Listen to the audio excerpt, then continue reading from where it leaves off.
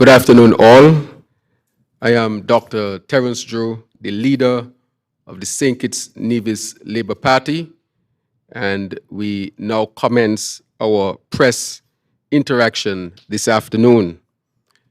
The format that I will take this afternoon is to give an opening remark, and then we will field questions and have enough time to field questions.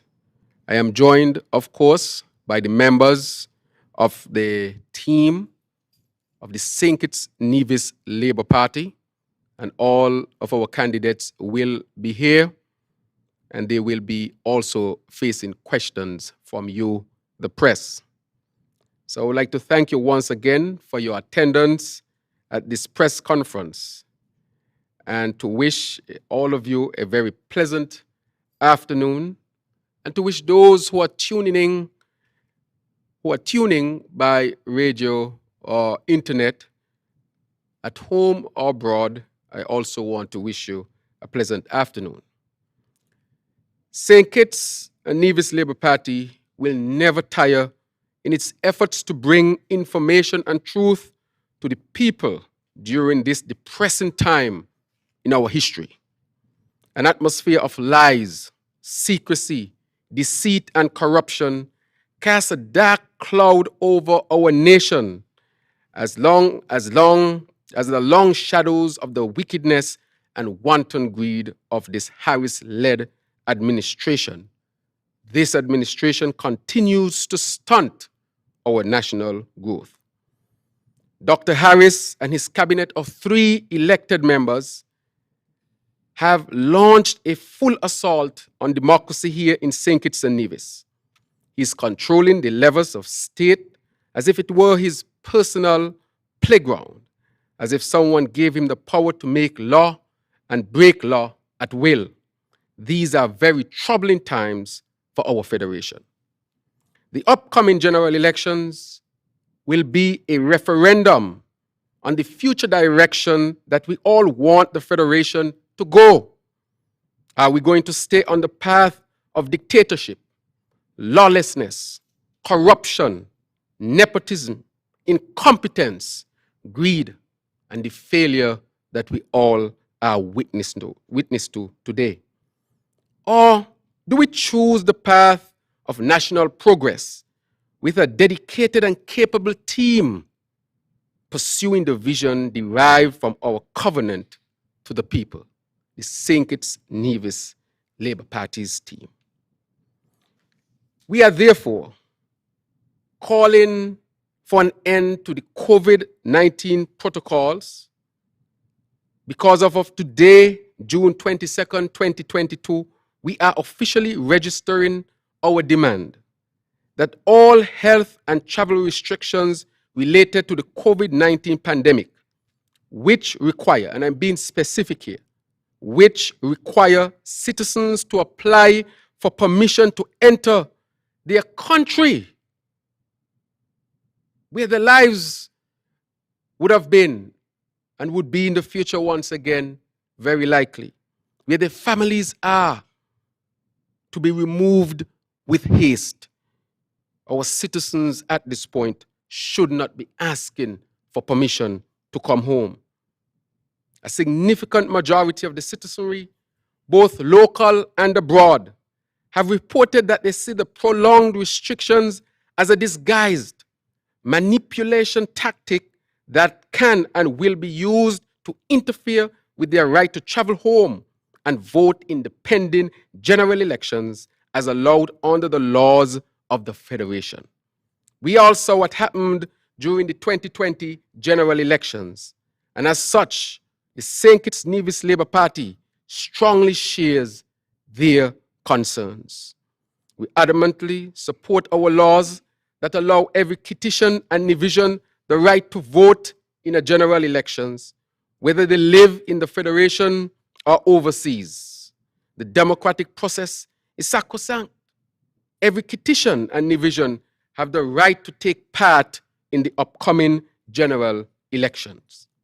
Dr. Harris and his cabinet of 3 elected members will not be allowed to use administrative means to prevent and deny citizens of their democratic right to vote. At this late point in the game, no born national or citizen by other means of St. Kitts-Nevis should have to apply to return to the land of their birth. Following the dissolution of the National Assembly on May 10, 2022, the elections are due to be held before August 9, 2022. But I want to say to all of our people that around the world, countries are ending all travel bans and restrictions. Many islands in the Caribbean region have done it, with Trinidad and Tobago, Guyana, and Barbados most recently having done that. In St. Kitts and Nevis, 82.8% of the adult population is vaccinated as reported. On March 1st, 2022, the Chief Medical Officer declared that there is a high threshold of population immunity that has been built up to buffer against even the most highly contagious variants of COVID-19 virus as seen with Omicron variant experience. Antiviral and therapeutic medications are tools are now freely sold retail on the global market. These facts and stats point to the fact that St. Kitts and Nevis is now in a position to learn how to live with COVID-19 and put an end to government regulations, especially as far as traveling home is concerned. There's mounting evidence that the travel approval process is being used to delay and/or prevent certain citizens who have been screened and are perceived as non-supporting the Prime Minister's political party from traveling to St. Kitts and Nevis. This is an affront to true democracy. Every effort should be made by the electoral authorities, including the Ministry of Health, the National Emergency Task Force, the Supervisor of Elections, the Electoral Commission, and the entire machinery of state to ensure that everything possible is done to make voting as easy for our electorate as humanly possible. That is how true democracy and real leadership should work in the interest of all the people. Our nationals living in the diaspora are valuable to our country, not only for what they bring by way of remittances, family support, and investment in community and national projects, but also as active citizens of our great country. It is because of their voices added to those locally that our national political discourse and the very vibrancy of our democracy is enriched. St. Kitts and Nevis is one of the smallest countries in the Western Hemisphere by population, and we cannot afford to exclude those who call the Federation of St. Kitts and Nevis their born land to be excluded. Our diaspora is an essential part of the equation to get our economy back on track and putting our people back to work.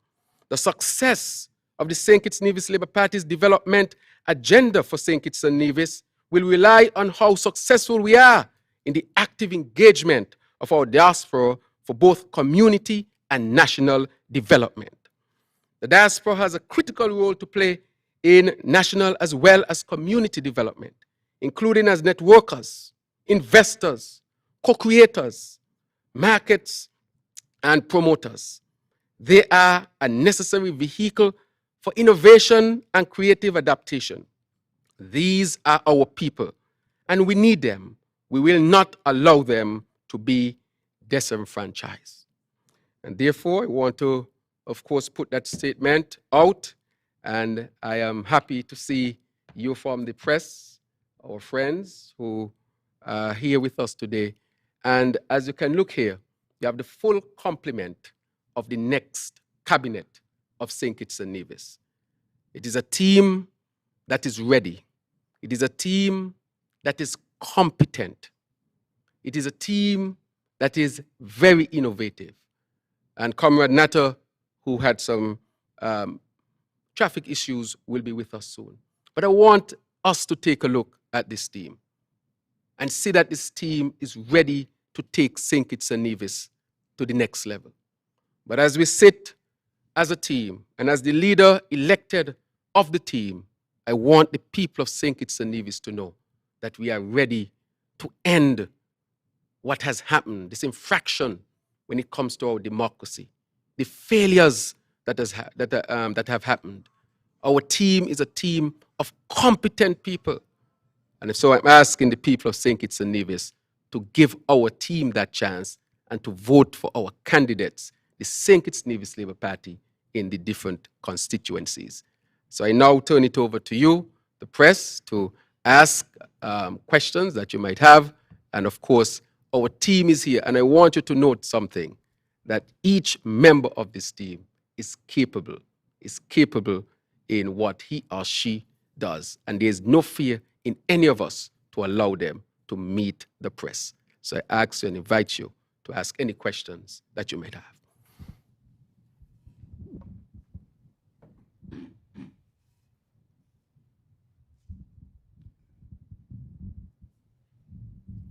Good afternoon, all. Glenn Bart from SKN Newsline.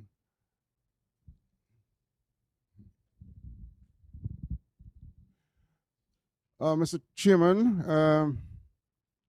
a couple of questions. First, you did indicate that, well, you put out the statement with regards to the overseas voters and the potential of the COVID-19 restrictions being used to prevent certain persons from entering the country. Have you actually written to the government, to the Prime Minister, to the various organizations that you have called? What exactly have you done as a party?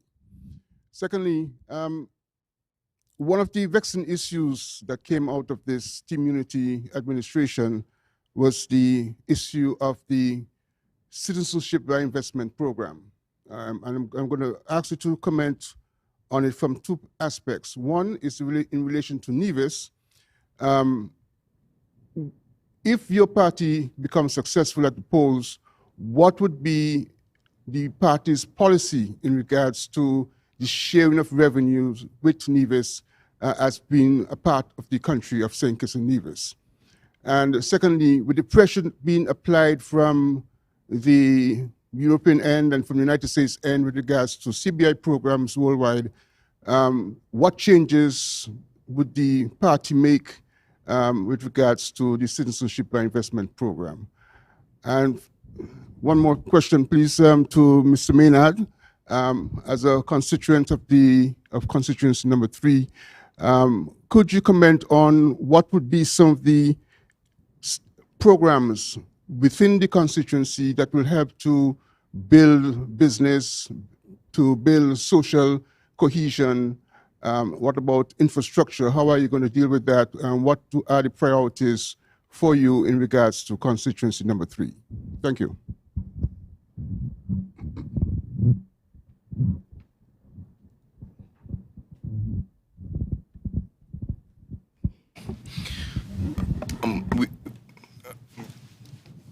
A pleasant good afternoon to the press here and those listening at home and abroad. We will start in reverse order from your last question. If I got it right, programs with respect to constituency number 3 in terms of building businesses, social programs, and also infrastructure. Well, interestingly, this morning we actually had a constituency tour, a live constituency tour, going through some of what our plans are. So I would invite you to, that's an elaborate discussion on the live, I think over an hour's worth of information that I would invite you to check for more particular details, because I certainly wouldn't have an hour here. But in particular for small businesses, one of the things that we want to do in our constituency is a small business mall complex. One of the challenges that small businesses have is that they have nowhere to operate from. They operate on their verandas, in the backyards, in their front rooms, because it is just too costly for them to rent space or lease space anywhere. So what we're saying in constituency number 3, we will build a small business mall complex that will have slots and storefronts for all types of businesses, whether you do hair, nails, plumber, electrician, and even a section that deals with the heavier type of businesses like mechanics and so forth. So that is one commitment that we're giving with respect to small businesses in our community. With respect to infrastructure, constituency number 3 is part of the expanding Basseterre region. This is where there are hundreds of land lots that were distributed and allocated under the St. Kitts-Nevis Labour Party in particular. And so we are giving a commitment that it's important for us to put the infrastructure in these developments. That will do a number of things, obviously. It will spur development in those areas. People will be more inclined to build on those properties. With respect to social programs, I'll start from the perspective of health and wellness. One of the things that is going to be critical for us as well is the reconstruction of the Cardin home to make it a modern, indigent and elderly care facility.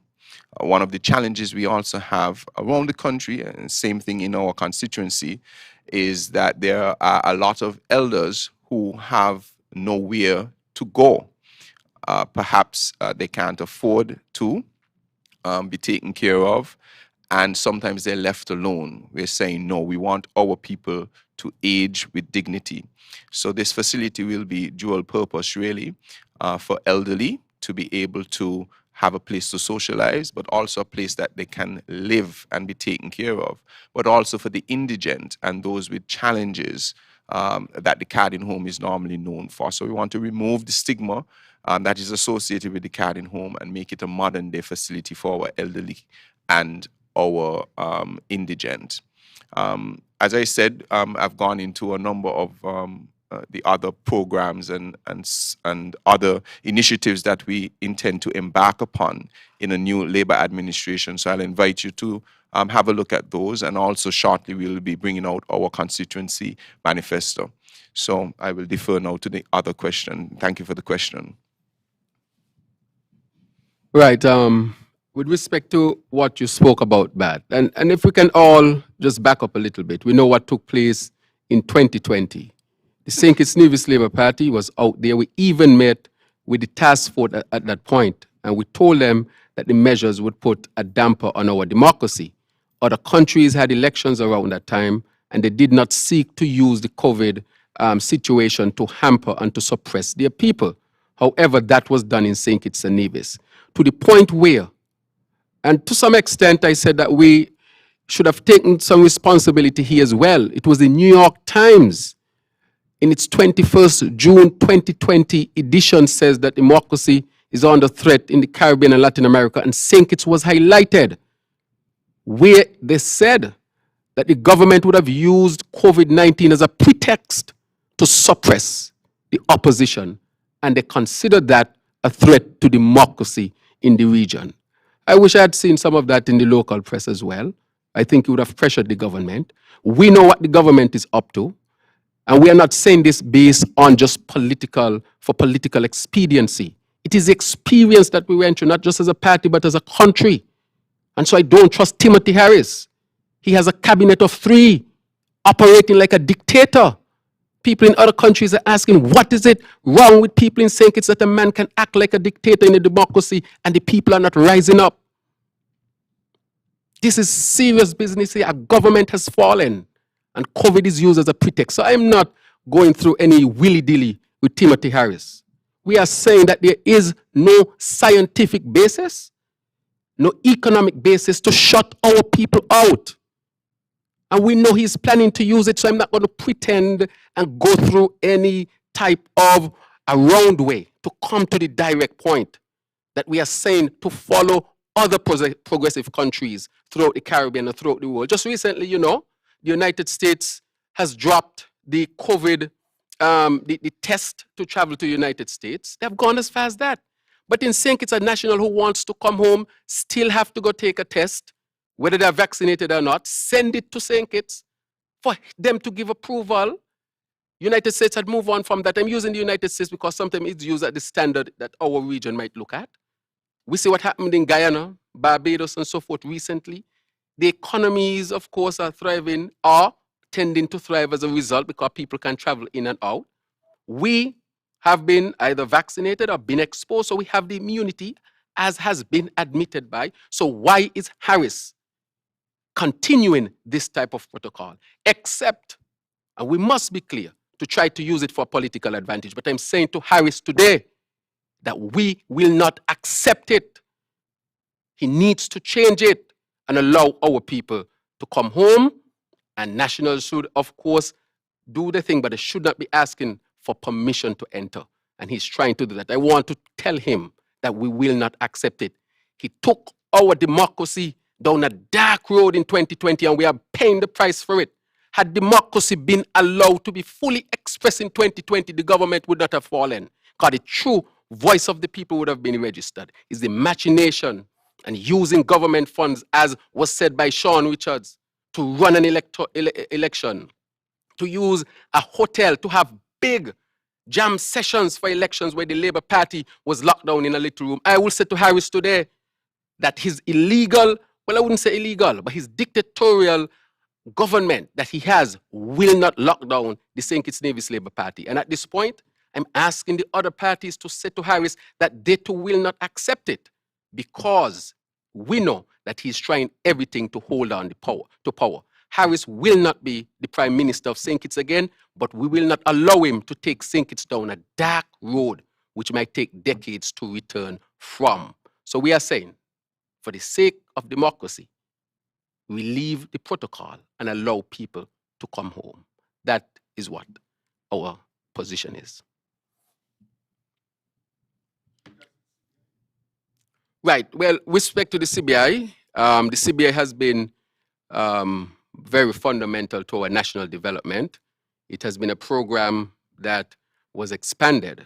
And we see that there are issues internationally, and the CBI is, you know, we have to look at it. It's being threatened because of things that would have gone on in it.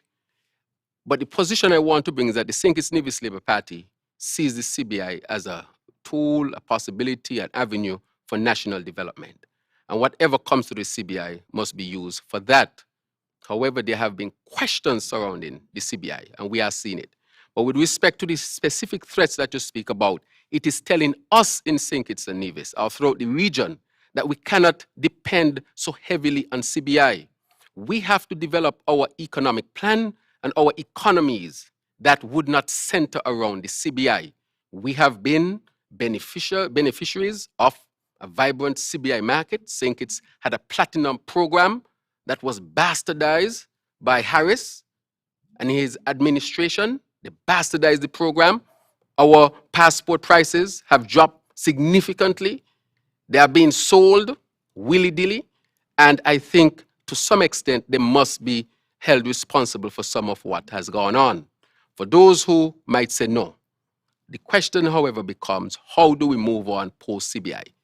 And the St. Kitts-Nevis Labour Party, I will say, have the plan, the position to move us on beyond the CBI. However, we recognize that the CBI was a fundamental part and can continue to play a part in our national development.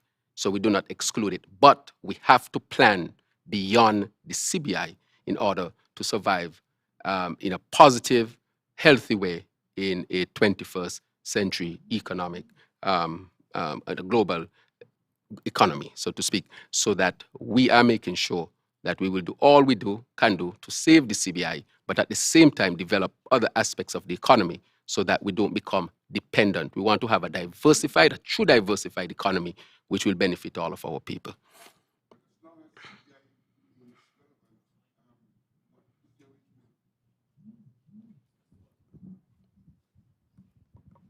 As long as the CBI remains relevant, what's going to be the relationship between the federal government and the Nevis administration in regards to the sharing of the revenues? Right. So I have said before that there needs to be equity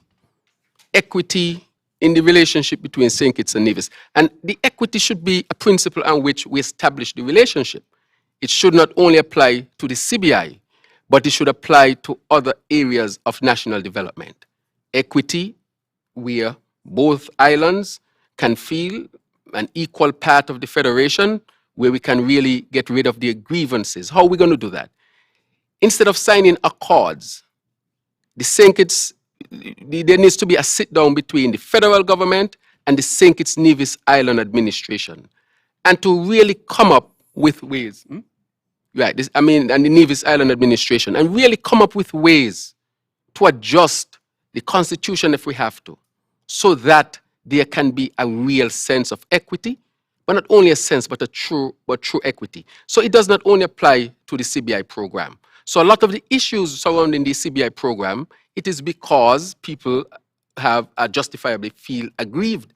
And the St. Kitts-Nevis Labour Party is committed and willing to sit with the Nevis Island administration and to go through those loopholes that can put either at a disadvantage, and to really iron them out so that we can really have a federation that is built on the principle of equity. So when it comes to the CBI program, that too must be looked at. And if there's any aggrieved partner and it's justified, that should be remedied as well. And so you cannot have some sort of arrangement that would disadvantage Nevis, if it is such, and you cannot have any arrangement to disadvantage St. Kitts also. So in the federal system, we really need to, based on the principle of equity, that both parties can sit, go through where there are difficulties, work through them, put forward necessary amendments that are needed so that everybody can feel that they are really being treated in an equitable way. So that is our position. So CBI is one. It can be health. It can be any other aspect of the economy or our relationships in between the federal and the Nevis Island administration. So I wouldn't limit it just to the CBI. But if that is a grievance, that needs to be addressed, and we will sit down. Not we are willing, we will sit down with the Nevis Island administration, go through where the difficulties are, and make sure that we correct them so that the people of Nevis really get the equitable part that they deserve, and everybody feels that their situation and their concerns would have been addressed. Thank you, Dr. Drew. Are there any further questions? Can you state your name and the name of your media house, please? Carla Berridge, that is at Broadcasting Corporation. I have just two questions. I'd like to find out the specific plans for two issues here in St. Kitts. The first being gas prices. Most recently, we've heard that the gas prices are about $19. And bus drivers have been saying that they are about to strike. What would the Labour Party do for the people of St. Kitts and Nevis, not just bus drivers, but everyone? The second issue would be the Basseterre High School. There are new plans or older plans that are now being implemented for the building of the Basseterre High School. What would the Labour Party's plans be when or if elected? And I would like to hear from the two newest candidates just about your experience, how it's going so far, and just tell us a little bit about how ready you feel. All right, we can start from... Can we begin with the Basseterre High? Yeah, so we can begin with the Basseterre High, and our Honorable Dr. Jeffrey Hanley is here, and I know he would be able to add to what I would say. But our position has not changed. We have always followed the science. We had a number of regional and international scientific bodies that would have come into St. Kitts and would have studied the situation at the Basseterre High School. We had CAFA, Kariri, and ultimately we had NIOSH, which is well respected as the best or among the very best when it comes to dealing with issues like these. And their conclusions were basically the same, that there was nothing fundamentally wrong with the site of the Basseterre High School. It was used for politics. The children were abused for politics. And we have to tell the truth, because when that report came back in 2015, we know that Wendy Phipps held on to that report for a few months. And the St. Kitts-Nevis Labour Party was out there saying that the report needed to be available to the people of St. Kitts and Nevis. So we know the Basseterre High School really was used as a political farce. Now that we have all of the information, we must admit the truth. Children were pushed out of school. The Honorable Congressman had always spoke about children would not have that high school experience. So now we know the truth. We are saying that the St. Kitts-Nevis Labour Party will build a new Basseterre High School, and the Basseterre High School will be built on the site where it was. There's nothing wrong. However, when you go to that site, something is wrong now, because it has become infested with rodents. And these rodents are all over the place in Basseterre. Cockroaches, it is a health hazard. That is what the Basseterre High School, it was not, it has a situation which could have been easily fixed, but now it's a serious health hazard. I encourage any of you to drive up there. You see all of the trees going up. You go in the classrooms, you see mold growing on the walls all over, rodents running up and down, and so it has become now a significant health hazard for the people of Basseterre and the people of St. Kitts and Nevis. So that is our position. Our position is a scientific position. It is not based on political expediency, and I have the documentation to show that. And Comrade Dr. Jeffrey Hanley, who was at the forefront also of this, would have something to say, and I will allow him to speak on this as well. Thank you very much, Comrade Leader, and thanks for the question, Ms. Berridge. As you would have heard it from the Comrade Leader, I will just echo the sentiments that nothing is wrong with the old site. And as we have said in the past, that any construction of the new Basseterre High School, it must be done at the old site. And I give the assurance to the Federation that the building of the new Basseterre High School will be priority under a Labour-led administration. Not only would the Basseterre High School be a priority, but we now have to make Joshua Obadiah Primary School in Molyneux a priority, having been burnt down some months ago. And of course, I continue to give the assurance whenever I have political meetings and we are talking about education and the Basseterre High School. Not only would we be building the Basseterre High School, but we recognize that a number of our schools, and I can start off with the high schools in particular, they are in need of renovation. So when we are constructing a new Basseterre High School, our other schools will be renovated so that all of the schools will be at the standard that they are to be at. I think that's it for now, but for sure, in closing, no Basseterre High School will be built on the aquifer. That is something very certain. And you would recognize that a school can be constructed in 6 hours and we just have 6 hours left to go now.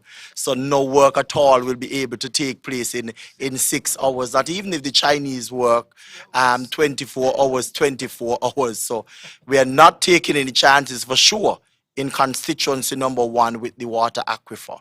That is a no-no. The old site has been proven. This place where we will be constructing the new Basseterre High School. I'm very excited. I see the press, what's his name, they're watching me. I'm very excited with what is going to happen. But we are committing ourselves to building the Basseterre High School on the old site.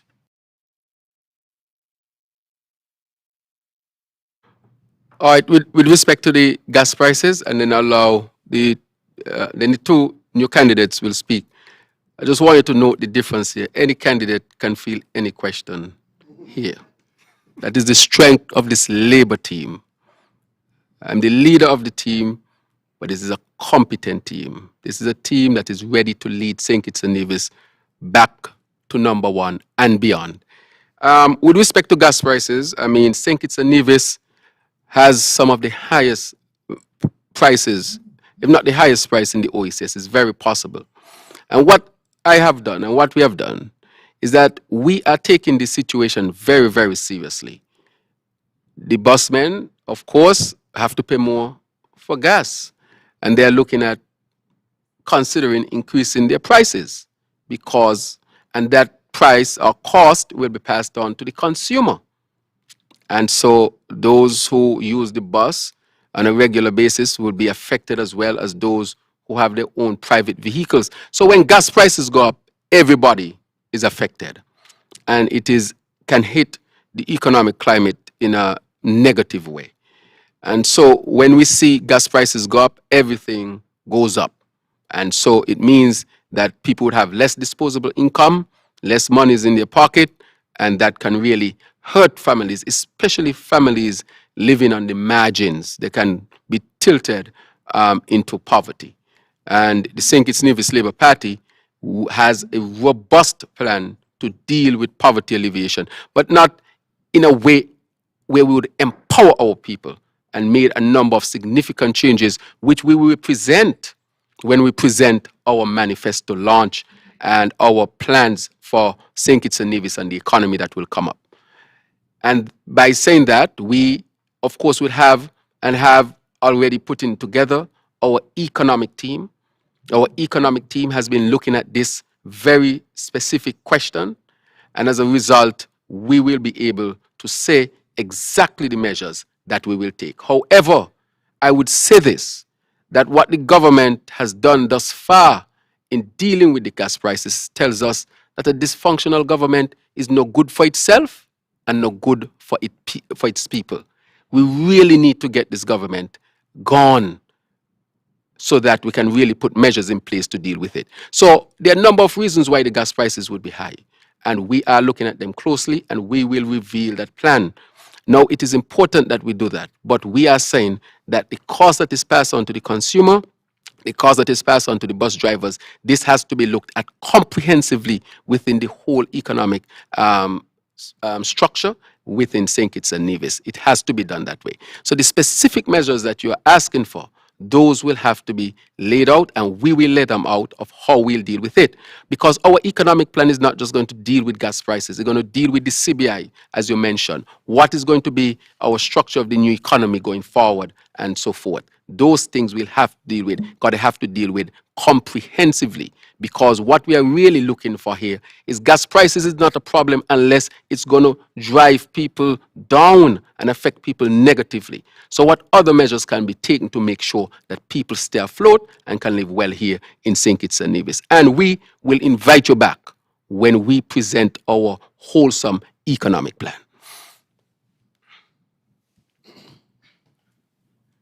Thank you, Carlo, for the question. I think it is, how has the experience been so far? If I can say, the experience has been exciting, tiring, I'm sure it shows, and enlightening, if I can say. I continue to be overwhelmed by the support and love that the people of Central Basseterre continue to show when we're out there meeting with them and canvassing. I think what excites me the most is that they are enthusiastic about the prospect of me being their next representative. It is clear that representation in Central Basseterre is lacking, and the constituents are eager to, to have our party in government and to have me as their next representative. And I am overwhelmed, like I said, by the support. And so it's although it's tiring, it is, enlightening. I'm learning more of their concerns, their needs, and I am ready to serve the people of Central Basseterre.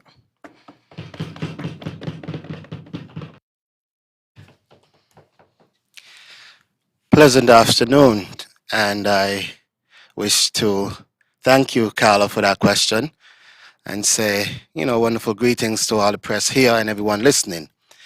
Now, I must echo the sentiments of my dear comrade and friend, Marshall, in saying that this journey has been, you know, quite exciting and yes, indeed tiring. In my case, my service to the constituency number 4 hasn't just started. It has gone well back into the 90s. Done a lot of work with the Virtuals High School all the way up until now. And on this part, however, I find it, you know, a little bit more detailed and in depth in the way that I am now given the responsibility to really look into some of the major needs of the constituents. Whereas before, as an individual outside of the realm of putting myself up to be a representative, I would have done what I saw fit and not worry about everything else. Now the concerns become part of my remit. So as I walk the streets daily, I see a lot of overwhelming concerns that you may not have paid attention to before. The living conditions of some of the constituents, some of the concerns even in jobs, and recognizing constituents are really having a hard time even putting food on their tables. And even some of the social development issues, you know, just on Sunday, we launched one of the activities that we've been engaged in, where we would have refitted a recreational facility in the Lamberts area. And we would have done some work on the basketball court, and there was a children's play area. And we took some time out and, you know, did some work in reviving that facility. And what that means to the community cannot even be expressed in words. And I think for years that had been neglected, not recognizing how detrimental that was to the social development of that community. And as you canvass, you know, you hear the concerns, persons saying that they have nowhere to just go out and sit or play in the afternoons. So they lock themselves inside. And so we see that social space becoming so necessary for the development and the people coming together. And what we recognize even on Sunday, and the video is out, the way the community came out and the children were at play and everybody was just jubilant and happy. And for me, that's so heartwarming. But being in that position to do this, I am even looking forward to executing much more of our plans as their representative, because it doesn't stop here. This is just a journey to get the real work done. Because obviously there's only so much you could do from outside of government. And I'm hoping that, you know, the election is called really soon so that we could get this part over with and get into government to start getting real work done. But I'm encouraged and I'm happy with the journey. Thank you. As I've said, that this team is ready to serve the people of St. Kitts-Nevis, and that is what we're about here in this party. So you're invited to ask more questions. Good afternoon, Jeremy Abel, SKN Vibes. I have a few questions, but I want to go back first to Dr. Hanley. You spoke about the Basseterre High School and likely it wouldn't, construction work wouldn't start before the general elections. What would happen if work starts, let's say, for example, next week, elections are called at the end of July, and you're 3-4 weeks into construction work?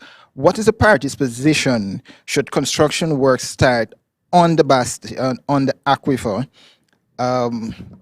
Would you stop that? Would you, where would you go with that should work begin on that site? My next question has to do specifically with legislation. We've seen 2 pieces of legislation passed, but they've not been fully enacted. That's the freedom of information legislation as well as the integrity in public life.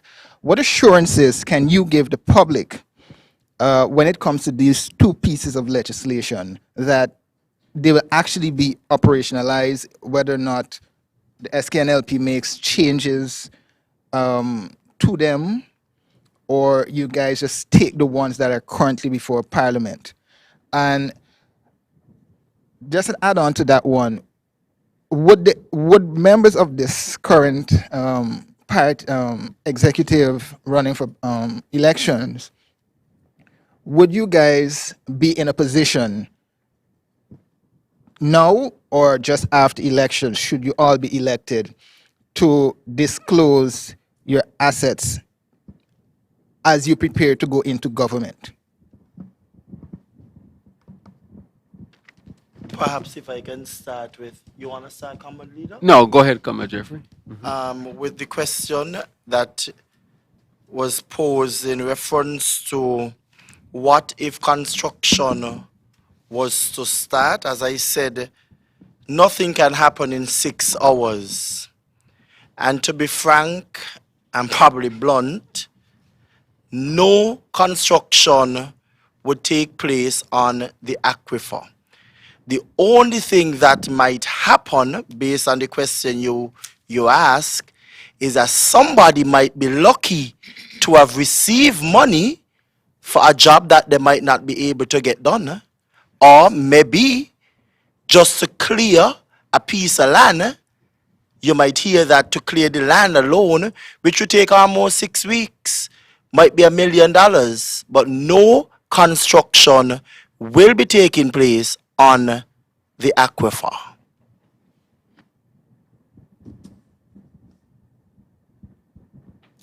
All right, thank you, Comrade Jeffrey. With respect to the integrity in public life and freedom of information, the St. Kitts-Nevis Labour Party is the party that led on introducing a code of ethical conduct. The press was actually invited to that ceremony, and I'm sure if you were not there in person, I think your organization would have had a representative.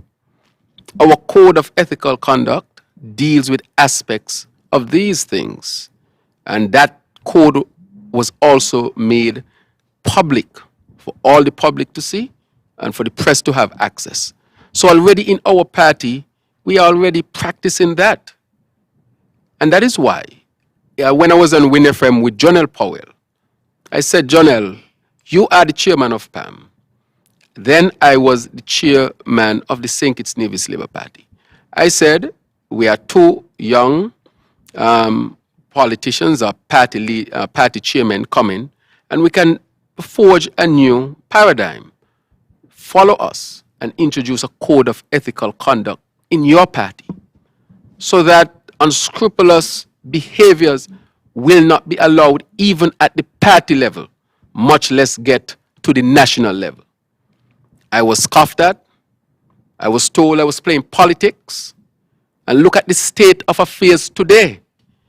And it was very, very shameful to hear the Prime Minister say, at the time when his own cabinet members would have filed a motion of no confidence in him, that they needed to come and sign a code of ethical conduct.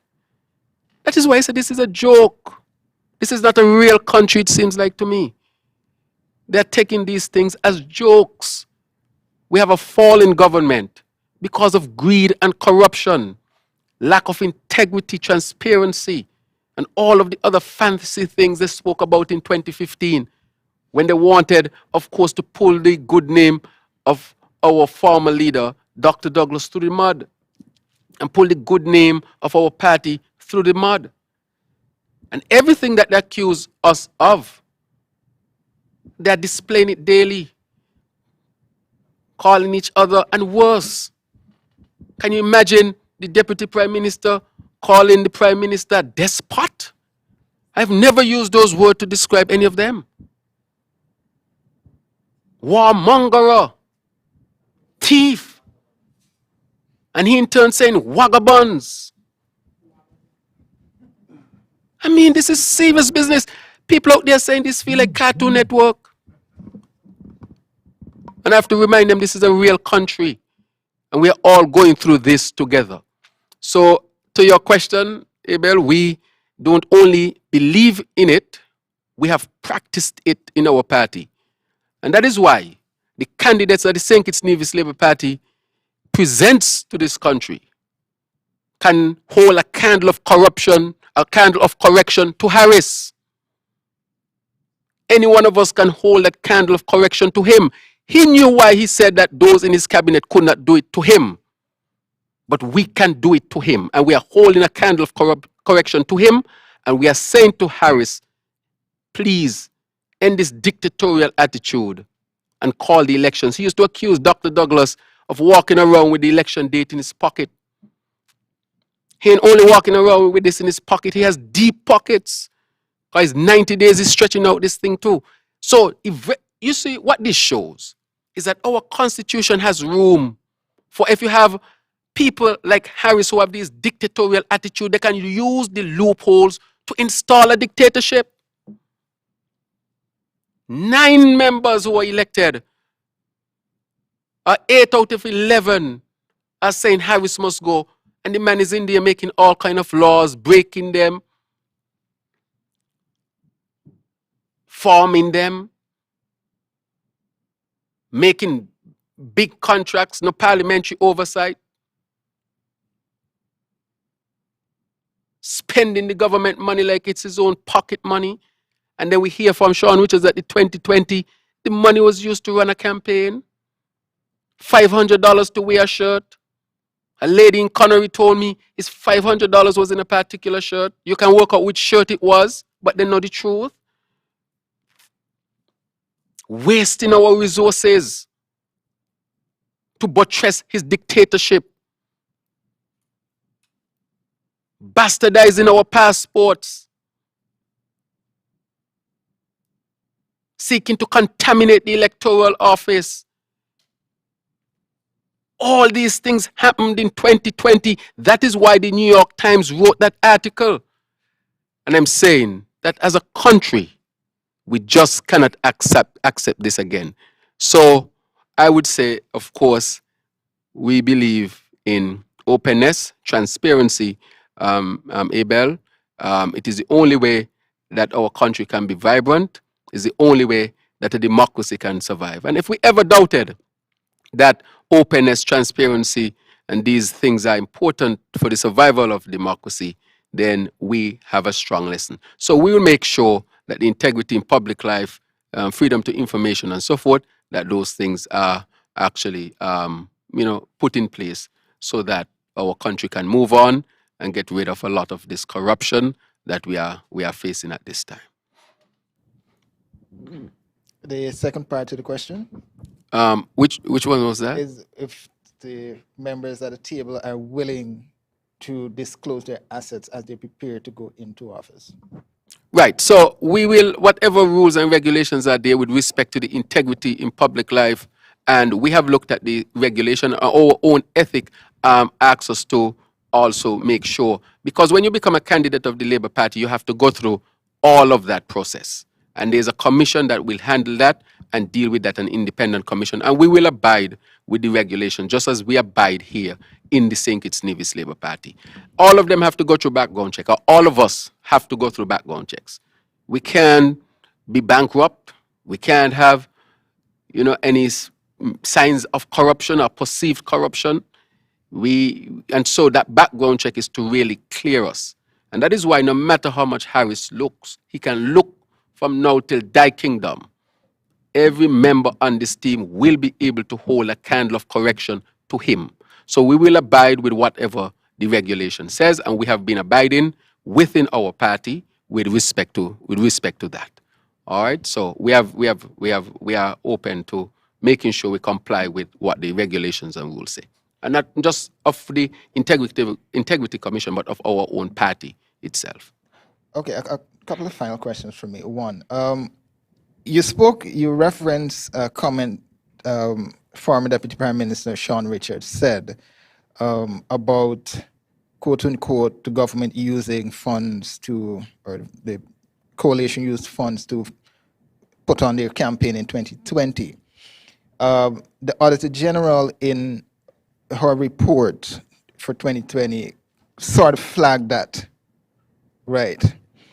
But has the St. Kitts-Nevis Labour Party, and this is a very blunt question, has the St. Kitts-Nevis Labour Party been focusing, putting its attention and keeping its feet on the ground in terms of how it looks at the government, especially those representatives who were in parliament? Because based on what's being said prior to the dissolution of parliament between 2020 to now, it appears as though the St. Kitts-Nevis Labour Party was not aware and has been sleeping when it comes to this specific issue that Sean has raised concerning the 2020 elections. So where is the St. Kitts-Nevis Labour Party when it comes to focusing on keeping, quote unquote, the government's feet to the fire, and how you guys planning to change that? Because we heard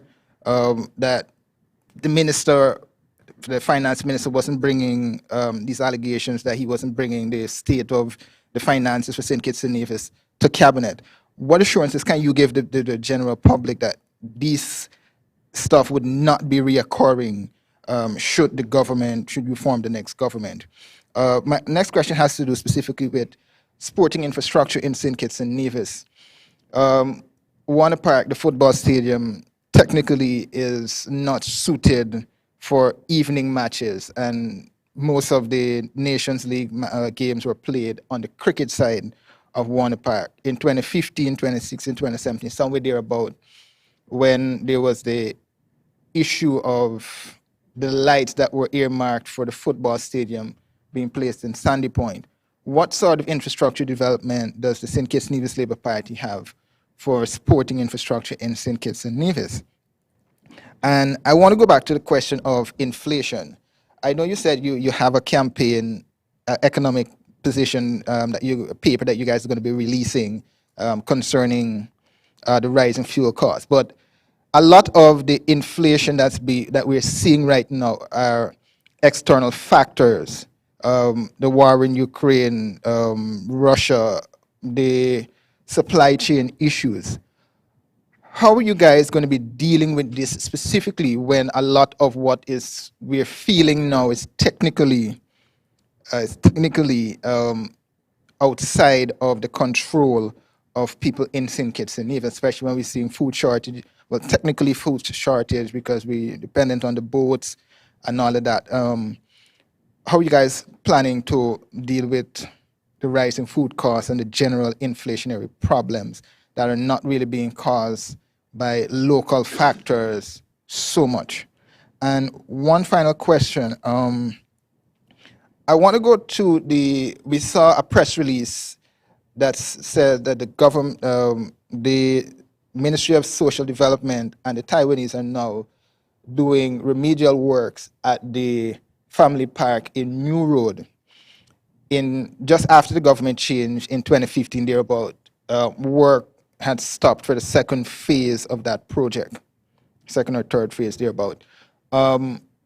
Just to get your view on the fact that the Taiwanese now have to come and restart and rework the entire project now. I just want your views on that.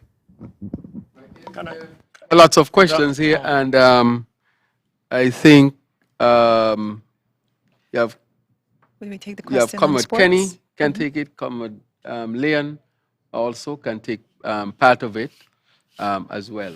So go ahead, Comrade Leon. Right. Good afternoon. I'm somewhat not in agreement in part of the statement that you would have made about holding the government's feet to the fire. I want to say clearly that if you look back at from 2020 to now, the Labour Party and these representatives have always kept the government feet to the fire. All these issues that are mentioned now were mentioned before. Now we have the inside edition of what goes on and went on in cabinet. But we spoke of the cruise pier. We spoke of the road situation. We spoke of the housing situation in Basseterre. We spoke on all of these issues.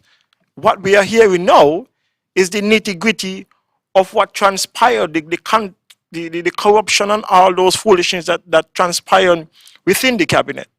Look at the situation with the honorarium, that we would have never known that. But all of these details are coming out now because of the fallout.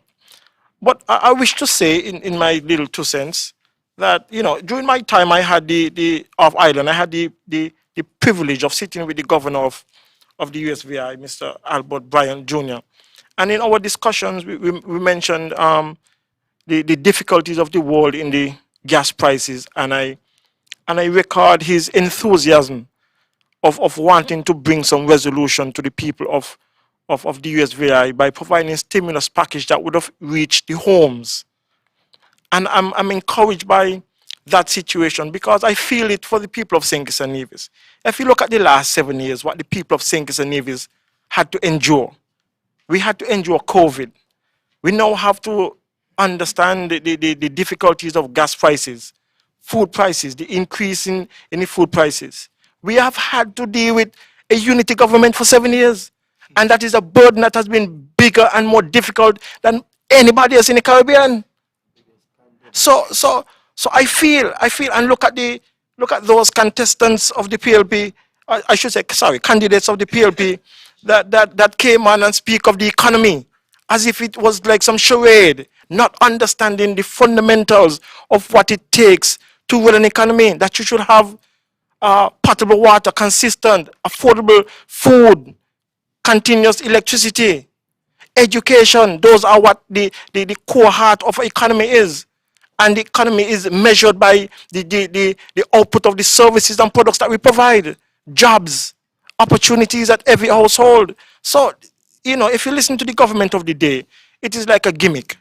At the end of the day, you know, I must say that any prime minister of this country ought to act in the best interest of the people. Whether those words are inscribed or expressed in the Constitution or not, the Prime Minister of this country, or any country as a matter of fact, should always act in the best interest of the people of the Federation of St. Kitts-Nevis. And having a government in the perception of many eyes, which is illegal, is not acting in the best interest of the people. Having the date of the elections in your back pocket is not acting in the best interest of the people. Trying to start a school on the aquifer when the aquifer was renounced since 2020 is not acting in the best interest of the people. Trying to build a prison at this time and not having to address the Joshua Abdiah Primary School is not acting in the best interest of the people. Suffering people who don't have access to the PAP program because of bias is not acting in the best interest of the people. And so we can go on and on. What I'm trying to say is that the elections are due. The place is seriously politically divided. And the only thing that can bring comfort is an election date to which the St. Kitts-Nevis Labour Party will go back to government and bring comfort to every household in St. Kitts-Nevis. So, having said that, I could ask my friend Kenny to address the Warner Park situation, because I know he was aggrieved in some form or way when Minister Sean at that time took the lights from in the park. We should have been able to host games at Warner Park. But Kenny is a sportsman like I am, and he's a sportsman. So we commit ourselves to developing the Warner Park Stadium, and not just there, this playing field that doesn't have any infrastructure whatsoever. People can't use the bathroom over there. The Violet Petty Primary School uses that as a means for their school, sports day every year. And Mr. Harris goes there, and he doesn't realize that. For 30 years, he has been a parliamentarian. For 7 years, he has been a prime minister. So we will not shortfall the people when it comes to infrastructure and sporting. We have people who have played sports, who have engaged in that, who have reached fine sports.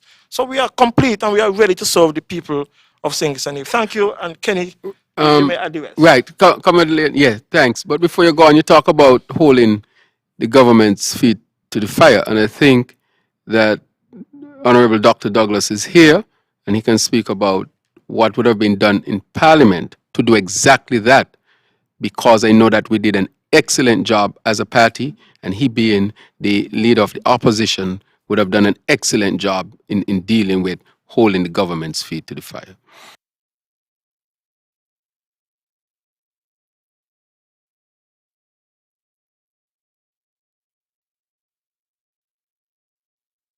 don't think I need to repeat that. So we'll ask Comrade Kenny to speak at this time. A pleasant good afternoon. And I want to thank you for the sports question. I was wondering when we will have a sports question at the press conference. I was wondering that. But I am glad that you asked that question because as a lover of sports, as a person who have represented St. Kitts in cricket and presently representing St. Kitts and the national football team, every time I travel with the national team, I always look around to see what we can bring from the Europe, the North America, the South America, the Central America, back here to St. Kitts and Nevis. Because we recognize that the youths are the future of St. Kitts and Nevis, and with sports, we can help to push them forward, whether through scholarships, whether to regional and international sporting organizations, making them professionals. These are the type of things I want for my youth, whether they are girls or boys. We recognize that we have skilled people here. We have a number of what we call talent right here in St. Kitts and Nevis. And I want to look at a place like Jamaica. Jamaica is using sports as a means to get persons out of poverty. We can do the same thing here in St. Kitts and Nevis. And I am looking forward to the opportunity where our St. Kitts and Nevis Labour government can invest more in sports. I would love to see more money be placed in the budget for sports. And so these persons will be encouraged to play sports. I would love to see programs put in place, 0 to 5 years old, grassroots program, under 13, under 15, under 17, under 19, in all different areas, in every sporting discipline.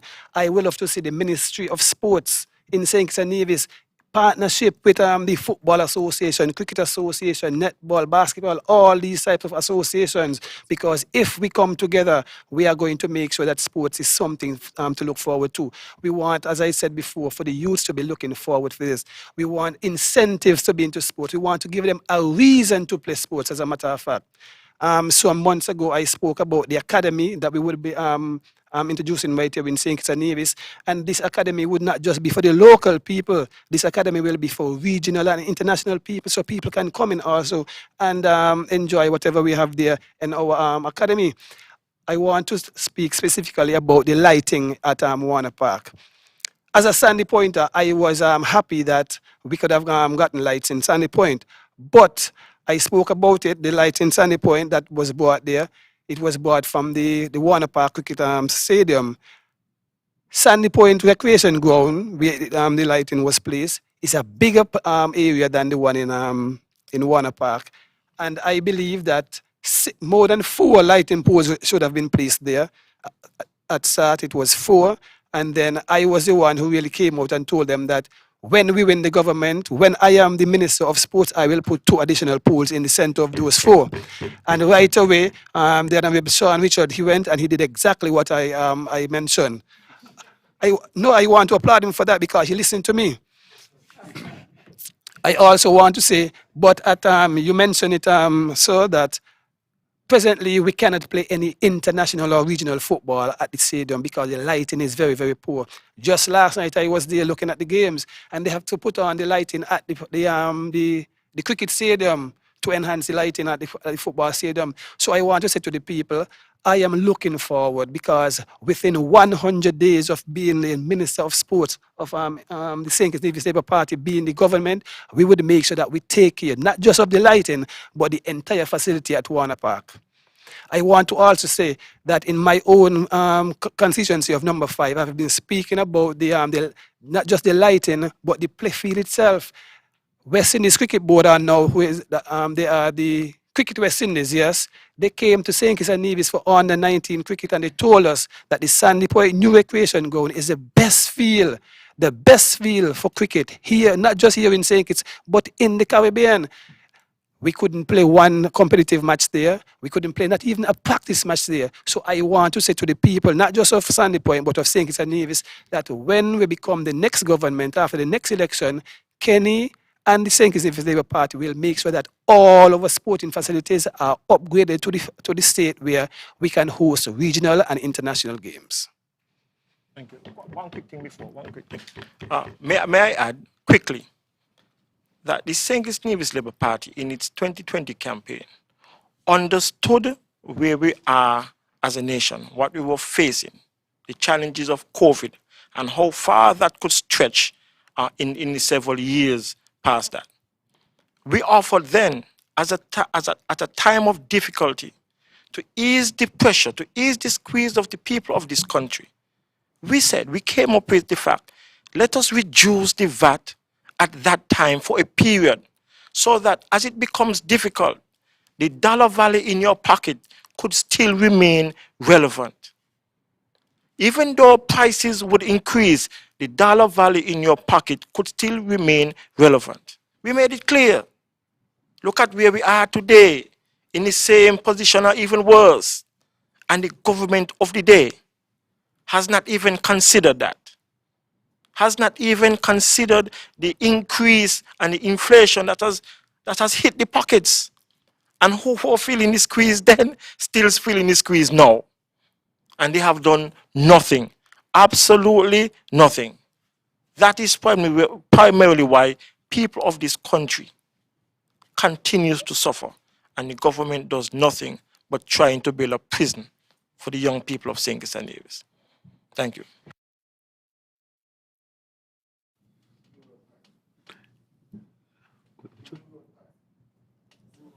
The New Road Park, right? If I can just Come on, Jeff. jump in here on the New Road Park, although it's not in my constituency, but I had the opportunity and the privilege of working in the Ministry of Social Development, where social services where that now find itself. Just as how the Honorable Marcella then was able to present that park to the residents of the New Road Housing Project, it is our intention as a St. Kitts-Nevis Labour government to continue to develop our communities with such parks. It is unfortunate that the park had to be closed down because of politics. And going forward, we cannot afford to act so petty.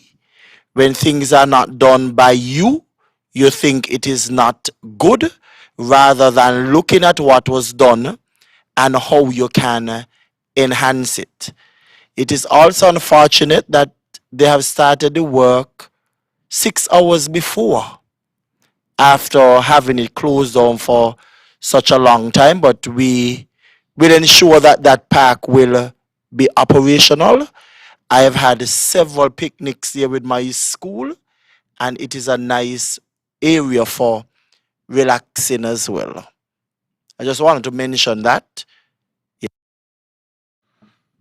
Thank you very much, Comrade Jeffrey. Again, reiterating the point that this team is a team of competent, experienced, youthful people who are ready to lead St. Kitts-Nevis to where it is supposed to be. And so that is why everybody is not given a script by somebody to read line for line as if they're in 3rd grade of the primary school. Note the difference. Note the difference. Any more questions? Good afternoon. I am a concerned citizen, and I'm happy that I was told to come here within 2 hours. I'm a supporter of Brother Natta. My concern is education. We have a problem in getting a higher education in St. Kitts and Nevis. I took my last year of school here. I went to the States. I got my education. I retired. I came back.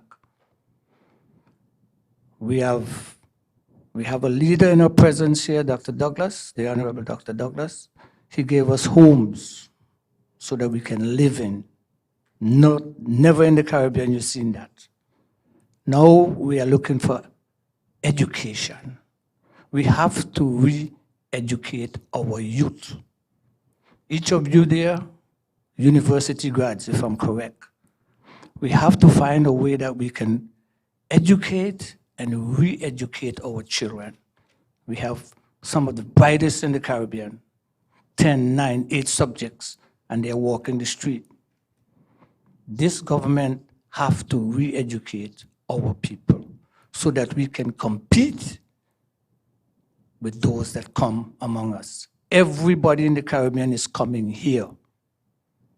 And we are being marginalized in our own country. And this political party have to stop it. The next question I have, are there any laws that have been broken in our Constitution? You brothers have to really address that so that our people can understand what Mr. Harris is doing. Are he breaking laws, or are there no laws broken?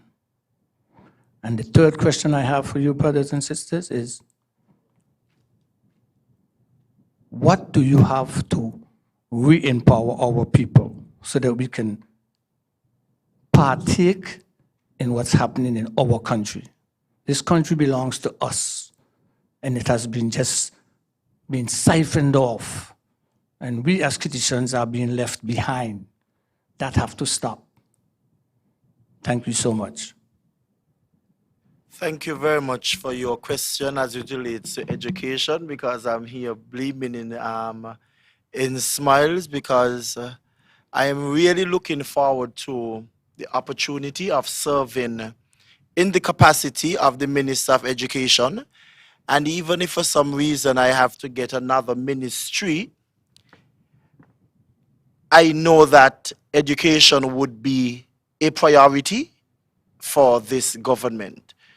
We have been saying that we were the ones who was responsible for comprehensive education in St. Kitts-Nevis, and we are now at the point, given the opportunity once again to lead, to really transform education. It is our intention to make education real exciting, and at the same time offering and providing our young people with the skills that are needed. Yes, we have a program that have worked, but we recognize that there is much more that can be done. Recognizing that skills is something that has to be pushed. That is definitely something that we are going to be doing under education. You can hold me to it, and I give you the assurance, as I've done it in the entire federation in our public meetings, that the CFBC will be upgraded to a university. That will happen.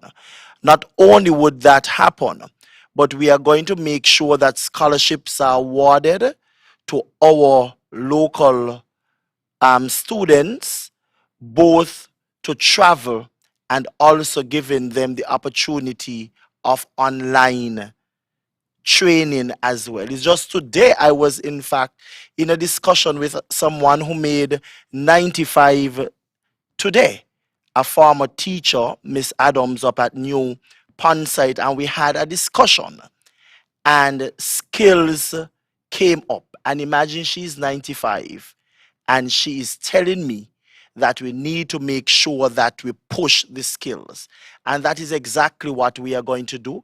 Matter of fact, in our discussions, we are going to make some of our primary schools and maybe high schools, specialist schools, that when you go to these schools or you attend these schools, you know that you have a track record of when you're leaving, you are reaching the potential or the goal that you would want, whether you want to do fashion designing, cosmetology, a plumber, an electrician, and we are starting some of these in our primary schools so that the children will be able to develop at an early stage the career path that they wish to take. So under Labour, education will be better.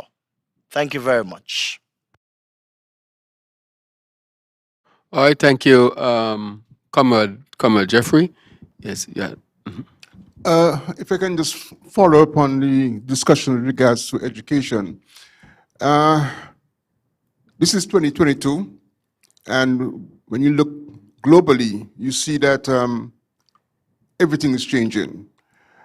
And it seems to me that we have now to maybe the opportunity or the necessity for us to refocus the education program. Traditional skills like plumbing and electrical engineering and so forth, yes, they will be necessary still.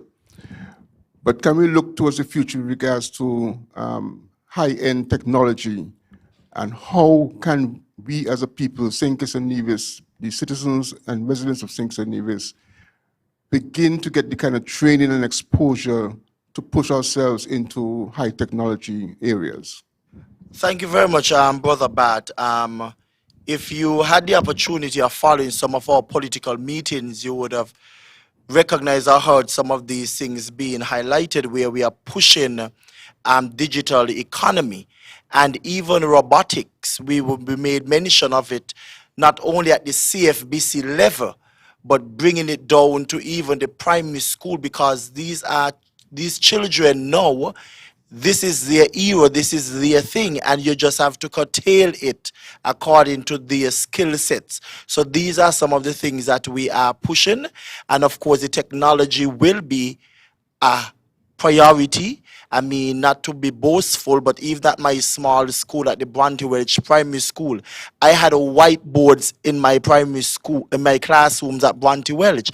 All my teachers were all fitted with a computer in their classrooms, and we were able to link with students in the US based on topics that we were teaching.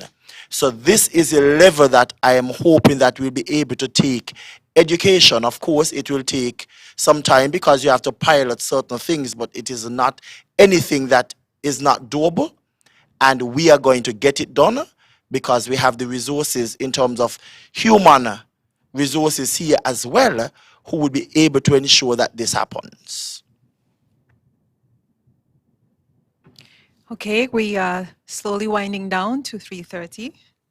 So we will take 2 final questions, and then we will have the comrade leader deliver any closing remarks.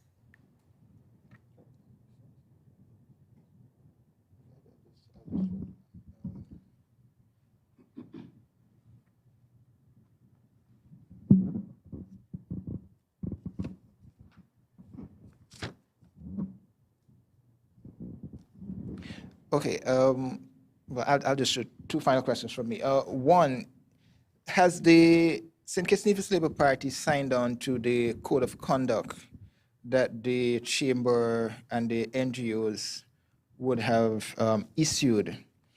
And with the political development currently in St. Kitts-Nevis, previously there were two parties or the system on St. Kitts, with a third party now in the mix. And I'm guessing this question has to go to the party leader. What is the party opening to partnering with, let's say, because you guys have chastised, and again, you did it this afternoon, representatives of the PLP. Are you guys open to partnering with maybe the PAM-CCM coalition to form the next government? And if you do not support that position, is the party still open to collating with the People's Labour Party? And one final question. I want to. Sorry, that was 2. Okay. Yes. Well, one final. Constitutional reform. Is that something that the party will be looking for as a priority area should you win the next government, especially electoral reform and filling the loopholes, as Dr. Drews would have mentioned earlier, because the election issue is a very vexing issue at this point. So is that something that you would be looking at as a priority area for maybe the first 100 days? Right. So I will take the first one about signing on to the code, and the St. Kitts-Nevis Labour Party has signed on. One of the issues with that is that we have said clearly, and we are not just signing on for political expediency. I always refer to this, and I keep saying it, because I think if we had taken very seriously the issue of codes of conduct and ethical behavior in public office, whether elected or not, or in some high public position in prominent parties or parties in general, that we might not be in the situation where we are today. And one of the things that I would have said is that we saw that that came out for us to sign on to. We are not averse to those things. Actually, we promote those type of things. And I hope that people will see these things as very serious things that we should uphold as a country in order to ensure that we do not enter into this situation that we are in. We are in a bad situation. It's bad. I'm getting calls left, right, and center. Our people are stressed out. Last night I was in Cayon visiting a home, and a young lady said to me, why they just don't call the election? Everybody pressure up. People are anxious as to what would happen. But I want to assure people that the St. Kitts-Nevis Labour Party, of course, offers hope, but not hope on a whim, but on solid foundation. That is what the St. Kitts-Nevis Labour Party would offer to the people of St. Kitts and Nevis. Now, the other part of the question that you asked, whether we would have signed on to it, is about the St. Kitts-Nevis Labour Party. The St. Kitts-Nevis Labour Party has taken the position that we are going to enter into this election as an entity. We are poised to win the elections. We are in a position to form a government. And the people in St. Kitts and Nevis are saying to us that we want a stable government. That is the most important issue here. It's not even about political parties per se, but the St. Kitts-Nevis Labour Party offers the best opportunity to form a stable, people-centered government. And so we would have, after general elections in the past, we would have sat down with other political parties. And I have said that I am not averse even to sitting, because I think he said officials from the PLP. I want to differentiate that. Dr. Terence Drew, as the leader of the St. Kitts-Nevis Labour Party, I will not sit down with Dr. Timothy Harris. So I want there to be a separation between my position when it comes to Dr. Harris and my position when it comes to PLP. The St. Kitts-Nevis Labour Party and its platform will offer to the people of St. Kitts and Nevis, the members of the PLP, the members of PAM, our own comrades, to those who don't believe in politics. We offer hope for the people. We invite all to vote for the St. Kitts-Nevis Labour Party and to become members of the St. Kitts-Nevis Labour Party. It is a wide tent.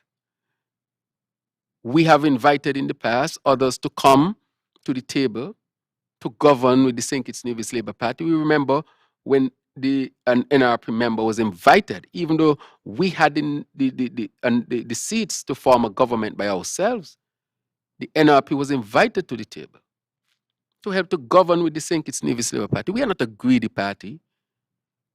We believe in working with others. But we believe that when people work together, they should work together in trust. You don't have to agree on everything, but there must be trust. Our relationship with NRP was a trusted relationship. We may not have agreed on everything. So the issue is not working with others. Because when we were in dominant positions, we invited other parties with us. As pointed out earlier, the issue is trust.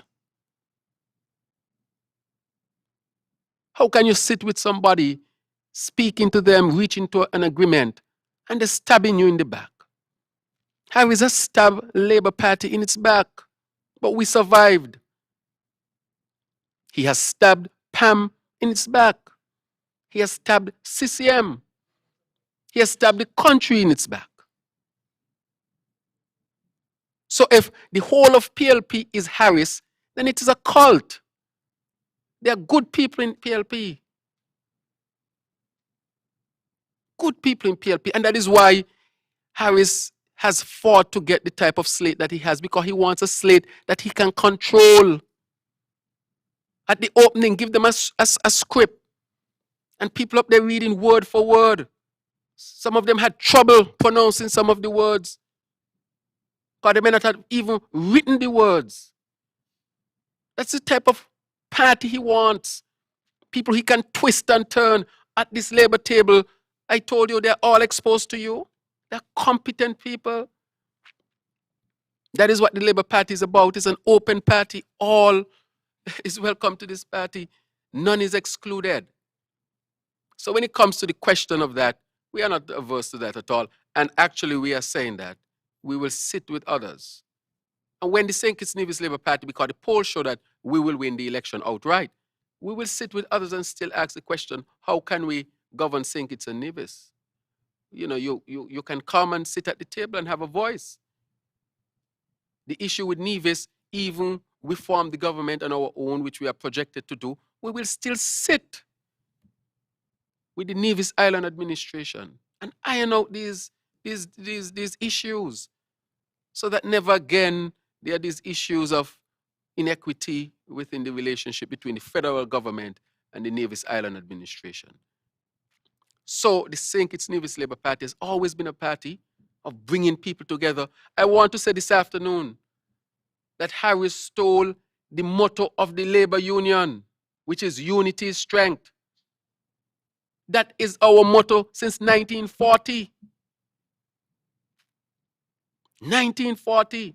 And the people of St. Kitts and Nevis did not even know that he stole our motto.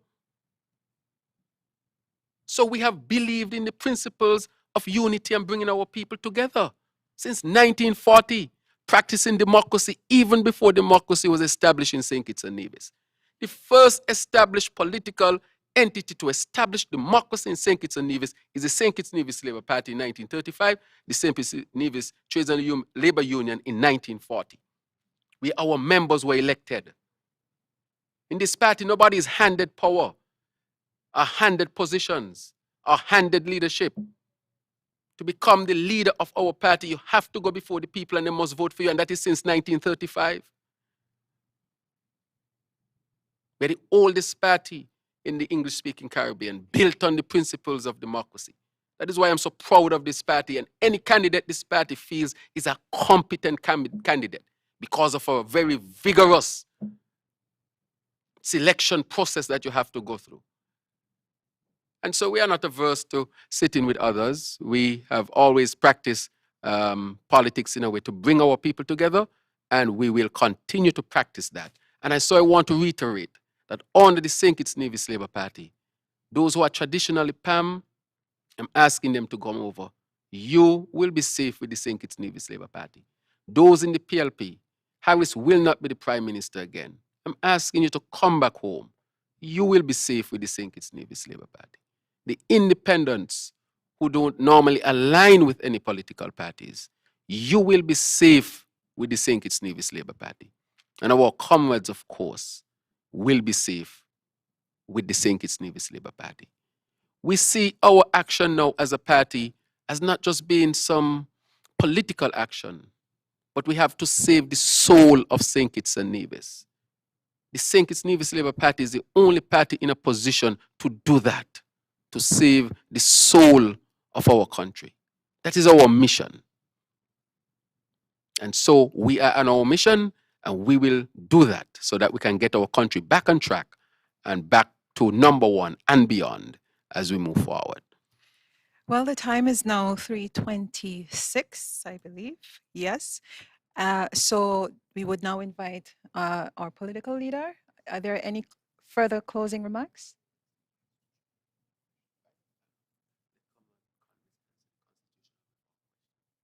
We will have one final answer to the constitutional question. Just very quickly, the press who asked about constitutional reform, we are completely committed to a reform of our constitution and our electoral laws. And in particular, because at this time, we have seen how Timothy Harris has skirted the constitution to effectively set up a dictatorship. We have a period of could be 90 days where there is seriously no check on anything that Harris can do. Prompting, for instance, the NGOs to bring out a letter condemning any attempts to use this period of sensitivity to initiate serious and broad-ranging policies of the government. And so this is something that we need to look at in our constitution to ensure that we have the necessary protections from rogue leaders like this. This period has also highlighted the need for us to zero down again into our electoral system and electoral reform, creating independence of that particular machinery, and ensuring that people are not disenfranchised and also not wrongly enfranchised, meaning that people can pick and choose willy-nilly how they want to place people all over the place to achieve their political goal without checks and balances. So there is need for these to happen, and we give a full commitment to that endeavor when we form the next government. Thank you. Thank you, Mr. Minard. And I invite our political leader to the podium, to deliver his closing remarks. All right, thank you very much. Thank you very much to the press once again and all those who are listening by radio, internet, home and abroad. I want to thank the comrades at the table this afternoon, our labor team, for being here and so ably, as expected, answering your questions in a very succinct and intelligent way. And it shows the depth of our team. And this is what I say as the team leader, that this is your future cabinet of St. Kitts-Nevis. And this is the best cabinet you can definitely have at this time. And so I want to applaud them for stepping forward in these difficult times to take on the mantle of leadership in this country, not for themselves, but for all of our people. And so I want to applaud them for what they have been doing and continue to do here in St. Kitts-Nevis. But I want to conclude with a statement as well. And I've said these are very troubling times for our federation. Our country is in a state of high anxiety. Patriotic citizens are being shocked daily by the actions of a prime minister who recklessly violates the pre-election period of sensitivity, a convention that is traditionally honored throughout the Commonwealth. The prime minister, however, does not care about these things. He continues to ignore the fact that our legislative branch was shut down when he dissolved the House of Assembly on May 10, 2022. Our executive branch was shut down when he fired 6 of his cabinet ministers, only leaving 3 elected members, including himself.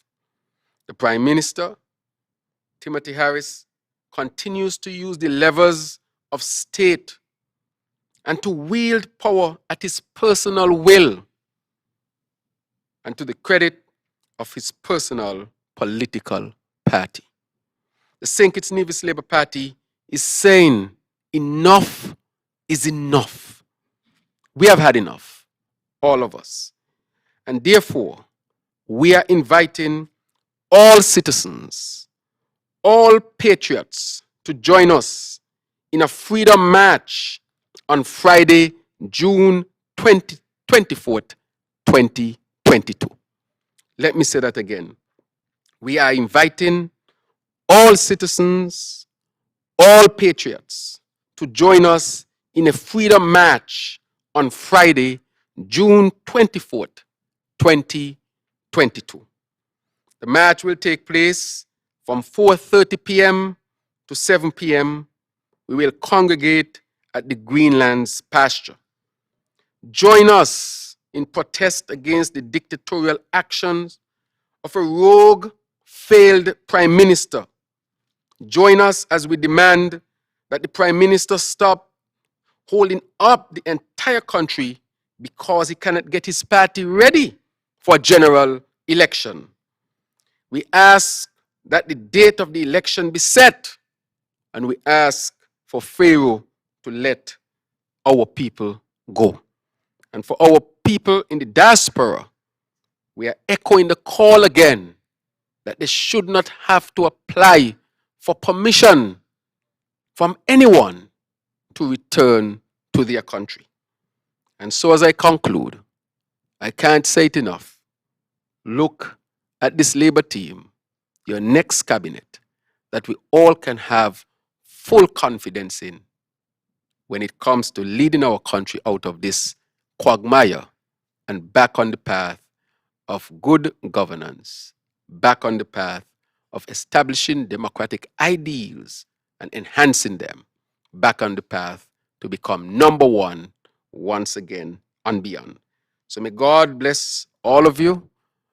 And as we go out to march on Friday, join us as we peacefully protest through Basseterre, saying to Pharaoh, let our people go. Thank you very much.